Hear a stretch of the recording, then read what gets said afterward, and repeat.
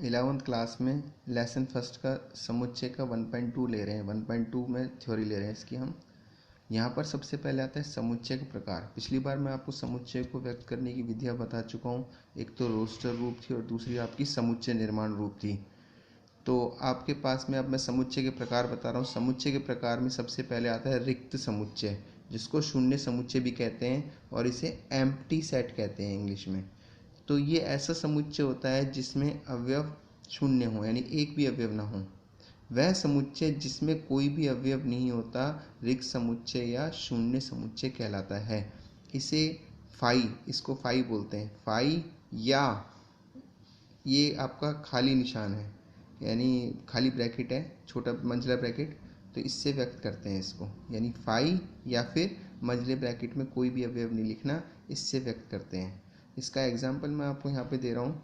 यहाँ पर b हमने इसको समुच्चय निर्माण रूप में लिया है, तो b = x:x बालिका विद्यालय में पढ़ने वाले बालकों के नाम। आप जानते हैं गर्ल्स स्कूल में कोई भी बॉयज़ नहीं पढ़ेगा, तो इसमें कोई भी अवयव नहीं आएगा इसका। तो ये आपका कैसा हो गया, रिक्त समुच्चय। यदि b को आप समुच्चय निर्माण रूप में यानी रोस्टर रूप में लिखना चाहें, तो b को रोस्टर रूप में लिखने के लिए b इसका क्या हो जाएगा, या तो आप फाई लिखें या b आपको ऐसे लिखना पड़ेगा। तो ये b को लिखेंगे किस तरह से, ये रोस्टर रूप में। तो ये फाई लिख सकते हैं या फिर ये लिख सकते हैं, और समुच्चय निर्माण रूप में आपको लिखा हुआ है यहाँ पर।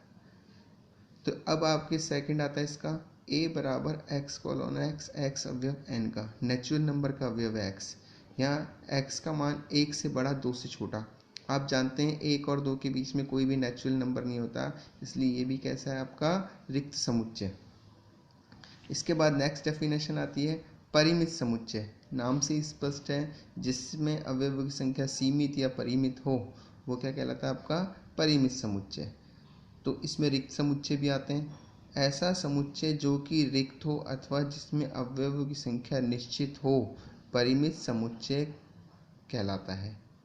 तो वो क्या कहलाता है, परिमित समुच्चय। ये a बराबर यहाँ पर 1 2 5 7, इसमें अवयव की संख्या निश्चित है, तो ये आपका क्या है, परिमित समुच्चय। तो इसमें अवयव कितने हैं, 4। यदि इसको मैं लिखूँगा तो n a कितना हो जाएगा, n a कितना हो जाएगा, 4। Number of element in set ए कितना हो जाएगा, 4। इसमें 4 अवयव हो गए। इसी प्रकार इसमें कितने, 5 अवयव सीमित है, इसलिए परिमित समुच्चय है।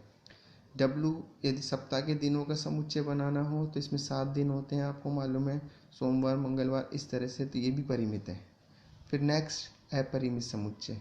नाम से स्पष्ट है, इसको इनफाइनाइट सेट बोलते हैं, यानी वह समुच्चय जिसमें अवयवों की संख्या अपरिमित हो या असीमित हो वो अपरिमित कहलाता है समुच्चय। तो यहाँ पर आपके पास एन नेचुरल नंबर में आप जानते हैं 1 2 3 4, प्राकृत संख्या 1 2 3 4 ऐसे आपके आगे तक होती है, तो ये अपरिमित है, अनिश्चित होती है इसमें।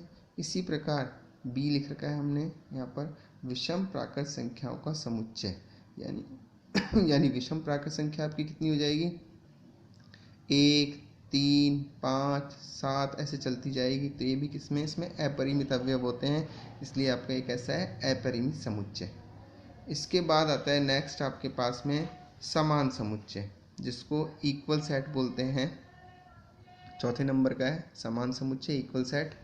दो समुच्चय जिनके प्रत्येक अवयव एक दूसरे में विद्यमान हों उन्हें समान समुच्चय कहते हैं। इसे बराबर से इक्वल टू से यानी व्यक्त करते हैं। यदि असमान होते हैं तो नॉट इक्वल टू होता है। तो मैंने एक एग्जांपल दिया है, यहाँ पे 3 सेट लिए हैं, a = 4 1 2 3 4, b = 2 3 4 1, c = 3 4। तो आप देखेंगे a और b में अवयव तथ्यतः समान है। कहने का मतलब इसमें भी टोटल 4 अवयव हैं, 1 2 3 4, और इसमें भी 4 अवयव हैं टोटल। और दूसरा अवयव भी तथ्यतः समान है, यानी 2 2 3 3 4 4 1 1। तो इसका मतलब a और b कैसे हैं, समान समुच्चय, क्योंकि a के सारे अवयव b में और b के सारे अवयव किस में है, a में। तो a और b कैसे हैं, समान समुच्चय। इसको a = b से व्यक्त करते हैं।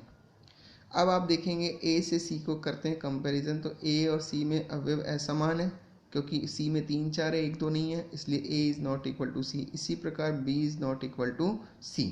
तो इस तरह से हमने ये क्वेश्चन कर लिया। अब इसके बाद में आगे हम एक्सरसाइज 1.2 के क्वेश्चंस लेते हैं।